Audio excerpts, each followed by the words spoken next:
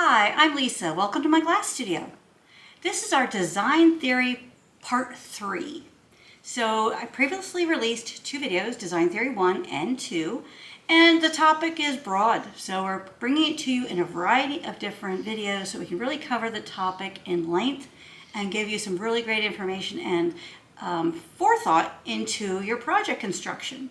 So this project design theory part 3 is going to be about choosing color and working with color. When you work with color, choose a color palette and stick with it. You've heard me say this before, don't work with every crayon in the box because it shows confusion, it shows lack of dedication, lack of commitment to your artwork. So pick a color palette and stick with it. Now, how do you come up with a color palette? There was one time where I had no idea of what I wanted to do. So I was looking through I was in my restroom, in the drawer, I pulled the drawer out and there were a whole bunch of hair ties there. There were some crazy colors. There was peach and green and all these different colors. I was like, wow, that's kind of fun. I pulled the hair ties out and I put them on the table. And then I was like, well, I like that color combination. Then I moved them around, took some out, added some. I like that color combination. And that's what I used for the color combinations on the next couple projects I made. You can look to nature for color. You know, if you're, let's say you're at a New England beach, what colors would you use? They would be very different from a Florida beach, from a California beach, from a Midwestern lake beach. All those colors would be a little different. What about if you're in Utah? Colors would be different again. What about if you're in the Arctic? Your colors would be different again. So you can sometimes use nature to inspire you for different color combinations, but then stick within that color range because it makes your artwork a whole lot stronger. So in this example right here, I made this background. This is Tree of Life. It's one of my premium video member projects, courses. And I wanted to create a sense of a bit of a brightness or sun area right here. And then I wanted these ambers. And then I wanted to go into the blues. So I've got this on the back. There's a bit of a white piece here. Then it's light amber. And then I'm gradually working over and coming into these darker colors. Then I've got these light blues and then going into these nice deep blues. So I'm using my color palette here is yellow, amber, and blue. So it's really only, yellow and blue are my color palette for this entire project.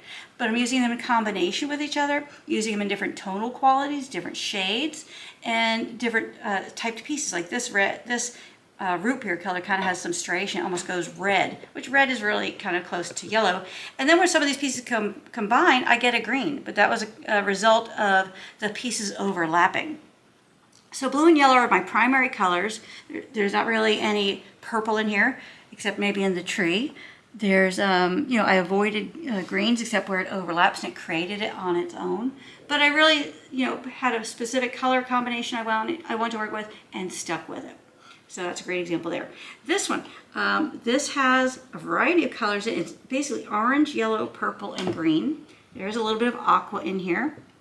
But I tried to kind of reuse those colors over and over. And what I mentioned in the last video was when you use a shape, repeat it. When you use a color, you should repeat it. So I've got this orange color over here. It's also repeated here, also repeated here. I've got the purple repeated here and over here and over here.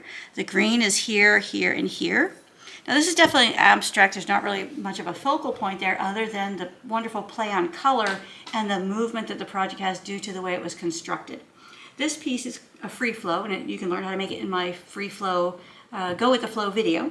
This one is one of my premium video member projects. You can learn how to make that if you become a member. So here's the color palette, and the subject matter is a little more abstract, but that's what kind of makes it beautiful, is the play on color, the movement, the different transparencies, and how the colors react with each other. Then this project is a new premium video member project. It's the newest one at the moment. And here I worked with very specific colors. I have a steel blue. I have this kind of sage green, this iridized color, some clear, and then this Fuser's Reserve that has the teal color in it, some orange in it, which I'm adding, and then this dichroic kind of pulls up that orange color. So there's no red in here, there's no black, there's no purple. I use the same colors over and over and then just highlight them where they react or lay over or or create a new color by being on top of another color. So like the green and blue, where they overlap, we get a new color. Where the dichroic overlaps itself, we get a new color. Where it overlaps one of these, the blue, here it overlaps the Fuser's Reserve, we get an additional color. So I'm letting the glass kind of add those extra details, but because it's all within the same color palette, it's harmonious and nicely, has a nice feel to it. It has a nice compact sort of, you know, the artist thought about the colors they were using, what they were creating, and how they were putting it together. What I'm trying to do is help you have more of a, you know, this is what I want to do purposefully, rather than just doing things and saying, oh, I don't know that that's really what I wanted. In addition to picking a color palette and sticking with it, you should repeat colors. So if you use a blue in one place, use it in multiple places. If you use a green, use it in multiple places. So repeat colors. Also, use 3 colors. 3 major colors is a good rule of thumb. It's not always the case, but like here we've got the green, the blue, and the Fuser's Reserve are kind of our 3 colors. So use 3 colors and then branch off from that. Like here, I branched off from this light amber by using a darker amber. I branched off from the aqua blue by using a darker blue. That's still in the same color palette, so that's okay. Here, I have different shades of the purple, different shades of the green, different intensities. Here, the green is kind of more of a lime color. Here, it's more of a blue color. So when you're using your colors, work with 3 colors primarily, and then branch off and use shades of that. Or, in this case, let the construction give you new variations of those same colors. And then it makes your artwork really strong. Repeat colors, again, if you use it one color somewhere, use it again. Or I had this one student always wanted to do like, here's my Waldo. And she would have this whole beautiful thing all in blues and greens, and she'd put one little speck of red in there, just as a little thing, a little zinger for someone to kind of find in their artwork. Another thing you do is what I call a zinger, add a zinger. If I had made this one sink one time, it was all white and beige and clear. And I had so much trouble making it because it was so monotone, and you know me, I love color. And I had to say to myself, stick to your plan, stick to your plan, stick to your plan, okay? And I did, but then last minute, I took some amber stringers, which are transparent and thin and very pale, and I tucked those in, just for a little linear quality. It's one of my favorite projects. I call it Queen Anne's Lace, and it's this beautiful bowl that's very light and airy and delicate looking, and the colors are just clean and crisp and beautiful. So sometimes less color is more, but basically my 3 colors were the white, the bone color, and then the amber. And the amber really is kind of falls between the bone and the white, right? If you put the 2 together, you just kind of have an amber. So it was kind of still sticking in the same color palette, same color scheme. So sometimes you just have to control yourself, rein yourself in to use less color. Other times, run with it. But do that with purpose. Do it with intention, not just because, you know, this is what I'm gonna make today. And okay, sometimes I just have fun and just throw stuff together. Good, you can too. But when you're trying to make stuff that's really spectacular, you wanna take your artwork to the next level. Do you wanna take your artwork to the next level? I imagine you do, because you're here watching this and you're learning about how to do that. So I imagine you do. So these are some things. Again, you're not gonna apply all of these. Apply 1 or 2, maybe a few, maybe none this time. But keep them in mind when you're starting your next project, and it can create some improvements. Also, use multiple shades of the same color.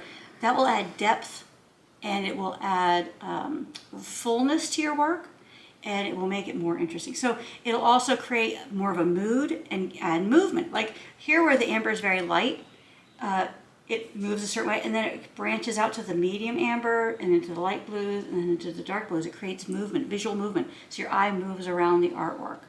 So you can use color to do that. So there are so many things that you can combine together to improve your artwork and make it more dramatic, more exciting.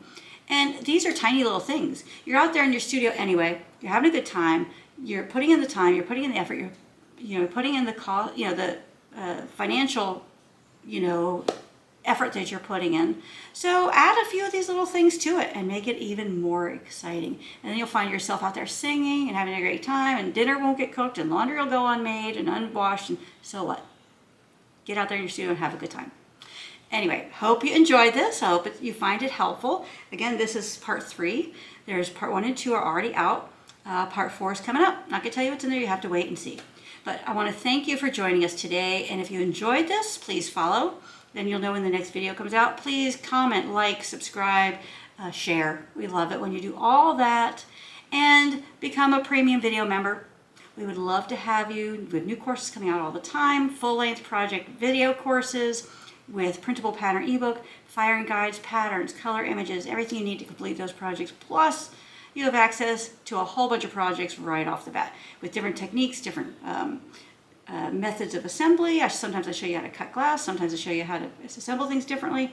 Sometimes we just have plain old fun, which we're always having plain old fun. So, thank you so much for joining us today, and until next time, happy fusing.